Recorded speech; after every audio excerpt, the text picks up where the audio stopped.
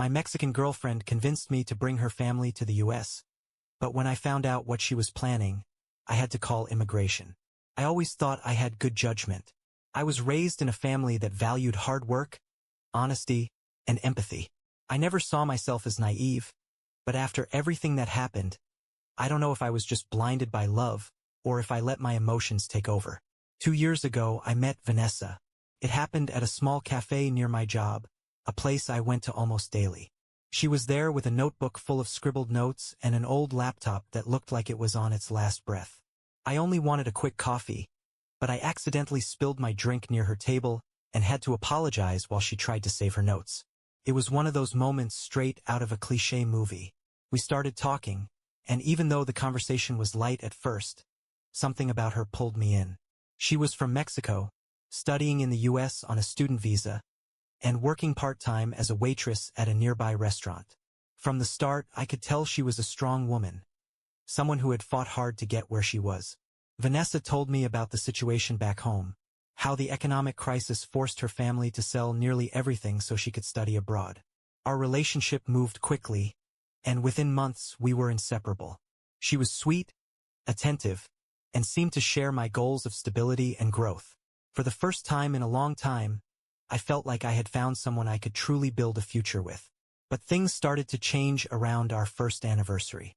Vanessa talked more and more about her family. It was clear she missed them terribly and worried about how much they were struggling in Mexico. She told me her father, Rick, had lost his job, her mother, Angela, was dealing with health problems, and her 2 younger brothers, Mark and Luke, were struggling to find work. I won't lie, her story hit me hard. She spoke about them with such love and desperation that I couldn't help but want to help. At first, it was just small things, sending money for food or medicine. But over time, she started hinting at something bigger. One night, over dinner at my apartment, Vanessa brought up the idea of bringing her family to the US on tourist visas. She said they just needed a little help to get started. Some support while they figured things out. She promised it would only be temporary, that in a few months, they'd either return to Mexico or find a way to support themselves. At the time, I saw nothing wrong with the idea. I was in love, and if helping her family made her happy, why not? Vanessa had a way of making things sound perfectly reasonable. She assured me it wouldn't be a burden, that her brothers could work to support themselves, and that her father, despite his age, was a hard worker who just needed an opportunity. So I agreed, and that was my first mistake. I didn't mind spending some of my savings to help them get out of that difficult situation. What I didn't know was that my goodwill would soon be completely trampled. Soon, we started the paperwork. Valeria guided her family through the process of applying for tourist visas, while I covered the costs of interviews and plane tickets. I even rented a small apartment for them to stay in while they got settled.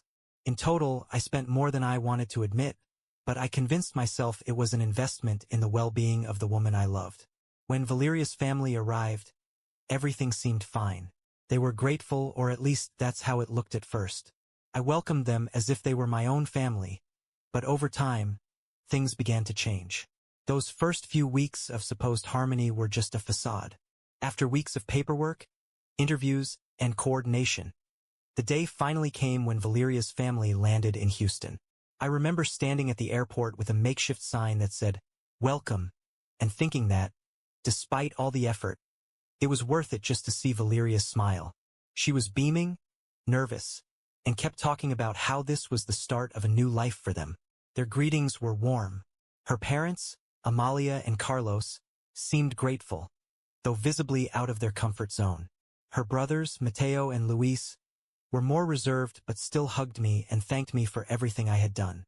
At the time, I didn't find anything odd, but looking back, something in their attitude felt off, like they weren't as impressed as I expected.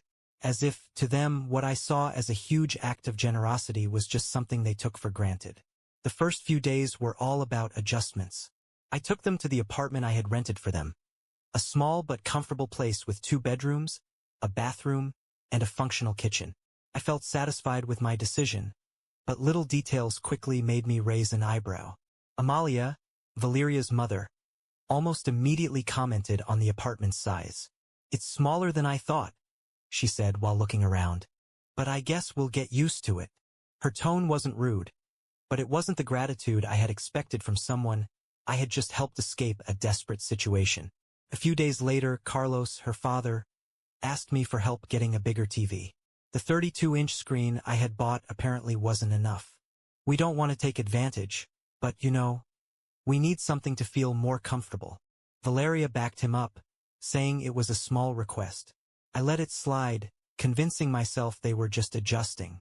After all, they had been through a lot. But that was just the beginning. At first, their request seemed small. Carlos mentioned the TV I bought was too small, and Valeria quickly backed him up, saying it wasn't a big deal to get a larger one. I let it slide, thinking they just needed time to adjust. But soon, small requests turned into bigger ones. Valeria started making decisions without me, like buying new furniture with my credit card. When I confronted her, she shrugged. "Don't worry, it's just temporary.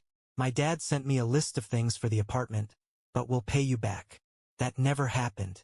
Meanwhile, Mateo and Luis claimed they were looking for jobs, but I rarely saw them leave. When they did talk about work, it was always about cash-only jobs, construction, restaurants, anything under the table. It made sense since they had tourist visas. But when I cautiously brought up the idea of them returning before overstaying, Valeria snapped. "Why would they go back? There's more opportunity here. It's not as hard as you think." Something in her tone made me uneasy, but I brushed it off. The turning point came about a month later. We were all at my place for dinner when I overheard Mateo whispering something to Luis about the plan. It was quiet, almost like they didn't want me to hear. When I asked what they meant, they laughed nervously and said it was about work. Valeria waved it off, but I couldn't shake the feeling that something was off. By then, my savings had taken a serious hit. I was paying for their rent, extra purchases, and all their little emergencies. Every time I tried to bring up limits, Valeria would either distract me or guilt-trip me about her family's struggles. Months passed, and what was supposed to be a temporary arrangement started to feel permanent. I kept telling myself things were fine, that I was just being paranoid. But deep down, I knew the truth. I was being used. It became obvious that Valeria's family had no plans to return to Mexico. The first real sign was when Carlos, her father, casually mentioned looking into visa extensions or asylum. He knew it wasn't easy, but when I directly asked if they were considering going back after their 6-month visa expired, he just shrugged. "We'll see how things are when the time comes. No need to rush into decisions." The way he said it made my stomach turn. Like leaving was never an option. Meanwhile, Mateo and Luis started disappearing for long hours. Valeria insisted they were working to help with expenses, but I never saw a dime of what they supposedly earned. I was still paying for everything: the apartment, food, even extra phone lines Valeria set up for them. When I told her these expenses were getting out of control, she just said, "They just need a little more time." Then came the request that floored me. One evening, Valeria casually suggested I help her brothers find better jobs, despite their tourist visas. "You know people," she said. "Just ask around. They're good workers. They just need a chance." I reminded her that this was illegal. She rolled her eyes. "Why are you so rigid about this? Everyone does it." That was my breaking point. Until then, I had done everything I could to help within legal and ethical boundaries. But now she wanted me to cross a line. Worse, she didn't seem to care. And then Valeria changed. She became distant, cold. Every time I brought up concerns, she dodged the conversation or accused me of being selfish. "How can you talk about limits when my family is here because of you? Now you want to turn your back on them?" She made me feel guilty, and I kept giving in. But deep down, I knew something was wrong. One day, I stopped by their apartment to drop off groceries. When I walked in, Mateo and Luis were whispering. They didn't notice me at first, and I caught a chilling sentence. "We just need Valeria to convince him to take the next step. Once he does, we're set." They froze when they saw me. Something was very, very wrong. Mateo and Luis quickly changed the subject when they saw me. I asked what they were talking about, and they just mumbled something about work. I didn't push, but I couldn't shake the feeling that something was off. That night, Valeria came over, acting like everything was normal. I tried to subtly ask about her family's long-term plans, but she dodged the question as usual. "Everything in its time. Don't worry so much, love." But I was worried. I couldn't get their conversation out of my head. That's when I decided to take serious action. I secretly installed a voice recorder in their apartment. I felt guilty, like I was betraying Valeria's trust. But deep down, I knew I was the one being manipulated. Meanwhile, things between us kept getting worse. She spent more time with her family, barely with me. When she was at my place, she was glued to her phone, constantly texting or taking hushed calls in the other room. Then, she started pushing the idea of us moving in together, closer to her family. "I don't think it's the right time," I said one night, trying to stand firm. Her reaction was immediate, dramatic. "Why not? If you really love me, this wouldn't be a problem. It's obvious you don't want to help like you say you do." That stung. After everything I had done for them, she was making me the villain? That night, I finally admitted it to myself. Our relationship wasn't about love anymore. It was about her needs, her family's problems. I was just a means to an end. A few weeks passed, and the tension kept growing. She spent even less time with me, and our conversations became robotic. She was always on edge, checking her phone non-stop, taking long calls on the balcony. If I asked who she was talking to, she got defensive. "My mom. What's wrong with being worried about my family?" Despite my suspicions, I played along. If she or her family knew I was onto them, they'd just be more careful. I needed real proof. Finally, the day came. I locked myself in my office, plugged in the recorder, and started listening. At first, it was just small talk, discussions about meals, errands, day-to-day plans. But then, on the 10th recording, I heard something that made my blood run cold. On the 10th recording, I heard something that made my heart stop. It was a hushed conversation between Mateo and Luis. The audio wasn't perfect, but I caught enough to send a chill down my spine. "Mateo, he's almost ready. Valeria says it's just a matter of getting him to sign those papers."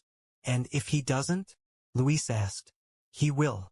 She knows how to handle him. Besides, after everything he's spent, he won't say no now." I kept listening, hoping for more details, but they changed the subject quickly. Still, those few sentences confirmed my worst fears. They were planning something, and Valeria was at the center of it. I went through more recordings over the next few days, each one worse than the last. In one, Valeria's mother, Amalia, was talking to her husband, Carlos. "We can't wait much longer. Valeria has to pressure him to sign. If he won't, we'll have to find another option." He will, Carlos assured her. "She says he's convinced it's all to help the family. That poor idiot doesn't even know what he's getting into." I froze. Sign? Convinced? What exactly was I agreeing to? Then, I found the conversation that shattered any remaining doubts. Valeria was talking to her mother, explaining how she planned to make me sign some documents. "I just have to present it like it's temporary, something that won't affect him directly. It's a simple contract. He won't even read it all." "And you're sure he'll go for it?" Amalia asked. "Of course. He loves me. He always does what I ask. I'll tell him it's for me, that if he doesn't sign, I'll be devastated." I couldn't believe what I was hearing. Everything I had done for Valeria and her family, every sacrifice, was part of a carefully crafted plan. This wasn't a desperate family looking for help. It was a calculated scheme to use me as a tool for them to stay in the country. That night, I didn't sleep. I listened to the recordings over and over, piecing together the full extent of their deception. The papers they were pushing me to sign? A sham marriage contract. It would grant Valeria legal residency and, by extension, open pathways for her whole family to stay. It all made sense now. Why she had been pressuring me to move in together, why she was pushing to formalize our relationship. Beyond the shock, I felt rage, humiliation. I had been a pawn in their game from the very start. But I wouldn't confront Valeria just yet. I needed a plan. I needed to plan my next move carefully. One thing was clear, I wasn't going to let them get away with it. If they thought they could manipulate and use me, they were dead wrong. Update 4. After listening to the recordings and confirming Valeria and her family had been playing me all along, I spent days deciding what to do. The anger and betrayal burned inside me, but I knew I had to be smart. If I confronted them too soon, I'd be in a vulnerable position. I played along while keeping my distance, waiting for the right moment. Valeria, oblivious to what I knew, kept acting as if nothing was wrong. She was as sweet as ever, even bringing up the idea of getting married to secure the family's stability. Her audacity stunned me. How could she lie to my face like that? That's when I decided to gather more proof. I hired an immigration lawyer to understand exactly what I was up against. He explained that if I signed any fraudulent documents, I could face serious legal consequences. Not just Valeria and her family, but me too. His words confirmed what I had feared. I was being used not just emotionally, but legally. Marrying her under these circumstances would be a clear case of immigration fraud, something authorities take very seriously. With my next steps clear, I took action.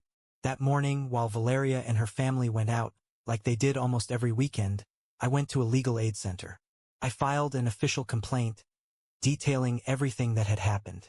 This wasn't just about getting justice. It was about protecting myself. I didn't want to escalate things too quickly, but I needed to cover all my bases. My lawyer advised me to be cautious, but also to act before things spiraled further out of control. After leaving his office, I went straight to immigration authorities and submitted all the evidence I had gathered, including the recordings. I knew this could complicate things for me, but I had no choice. I needed to prove that I was being manipulated and set up for immigration fraud. That evening, I felt a sense of relief but also unease. I couldn't just sit and wait. I had to move fast before Valeria made her next move. Then, an opportunity presented itself. Valeria invited me to a special dinner with her family. It was an obvious attempt at emotional manipulation, and I knew it. Instead of refusing outright, I told her I'd rather stay home but that we could talk later. As soon as they left, I searched their apartment. I combed through papers and personal belongings, looking for anything useful. Then I found it. A sealed envelope from a law office. Inside was a pre-filled marriage contract with my name on it and a blank space for my signature. A handwritten note was attached. "Sign when you're ready." My blood boiled. They had been planning this all along. I had been nothing more than a pawn in their scheme. I felt like a fool. But that feeling was quickly replaced by something else. Determination. This wasn't just betrayal. It was survival. I wasn't just going to break up with Valeria. I was going to expose them. That night, when they returned home, I was ready. I confronted them calmly, keeping my voice steady, but with full conviction that I wouldn't let them get away with this. They tried to deny everything, but the evidence was undeniable. That's when Valeria finally dropped the act. Her face hardened, no more sweetness, no more fake concern. Instead, she fixed me with a cold stare. "Are you serious right now?" she hissed. "You don't know what you're getting yourself into. Just walk away before you make things worse for yourself." But I didn't care. I was the one in control now. Final update. After that confrontation, everything changed. But not in the way I expected. The tension in the house grew unbearable. In the following weeks, Valeria tried every trick in the book to get me to retract my complaint. But I refused. If I didn't act now, they would walk free, and that was not an option. Immigration authorities took my report seriously. What started as a simple fraud investigation soon became something much bigger. An agent contacted me after reviewing my evidence and revealed something shocking. Valeria's family wasn't just committing immigration fraud. Her brothers, Mateo and Luis, had ties to something far more dangerous. A deeper investigation uncovered their connection to the Cartel de Sinaloa, one of the most feared criminal organizations in Mexico. Authorities found evidence linking them to human trafficking, drug smuggling, and weapons distribution. They were also involved in extortion schemes. I was stunned. I knew something was wrong, but I never imagined it ran this deep. As the investigation intensified, authorities began tracking their movements and connections within the country. It didn't take long for everything to fall apart. Mateo and Luis were arrested during a surprise raid on a warehouse suspected of cartel activity. Several members of the organization were caught, including Valeria's brothers. But the revelations didn't stop there. Authorities discovered that Valeria's family had been actively helping smuggle cartel members into the U.S. illegally. Authorities discovered that Valeria's family had planned to use our marriage to secure legal residency for more cartel members. The final blow came when prosecutors linked Valeria and her parents to her brother's criminal activities. During questioning, Valeria tried to downplay her involvement, but the evidence was overwhelming. In the end, Valeria, her parents, and her brothers were all arrested. The trial was swift and decisive. Mateo and Luis were sentenced to long prison terms for drug trafficking, human smuggling, and other cartel-related crimes. It was a devastating loss for the organization, as they lost several key members in the U.S. Valeria and her parents, however, were deported immediately. Because of their ties to organized crime and proven immigration fraud, they were banned from ever returning to the U.S. Their visas were revoked, and any future attempt to re-enter would result in immediate arrest. Their dream of staying in the U.S. had completely collapsed. At first, I expected the legal process to be slow, but I was surprised at how quickly the system acted. During the proceedings, I never saw Valeria in person.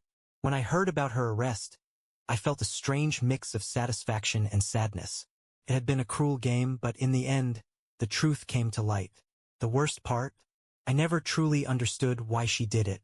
The woman I once saw as my confidant was just another pawn in a web of deception. In the months that followed, I received several letters from Valeria from a prison in Mexico.